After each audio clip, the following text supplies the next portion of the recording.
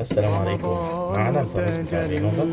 هو مش عيب ان انت تعمل شغلانه، ولكن احنا بنلفت نظر بعض. يعني الراجل اللي قفل البغا دي هو صفاها كويس، صفاها دي يعني ظبط مقاساتها ماشي. هو الوش كويس مش محتاج اي حاجه، ولكن هو المشكله كلها كانت في التركيب.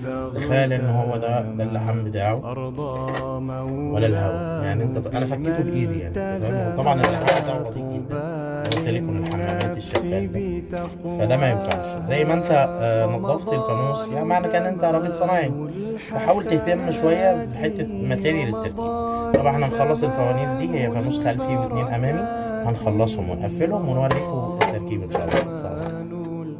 حسنات رمضان زمان البركات، رمضان مجال الصلوات تسمو.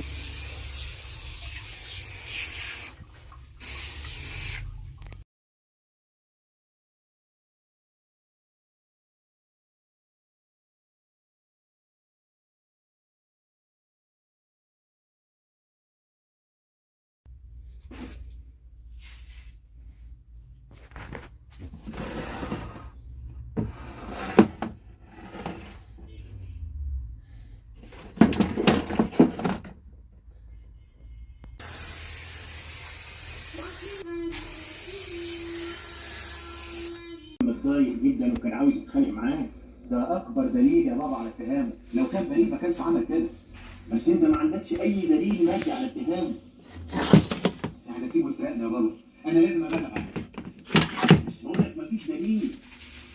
ثم اذا كان هو اللي خدها فعلا، مش معقول انك تجيبه ولا تخش. اسمع يا بيه،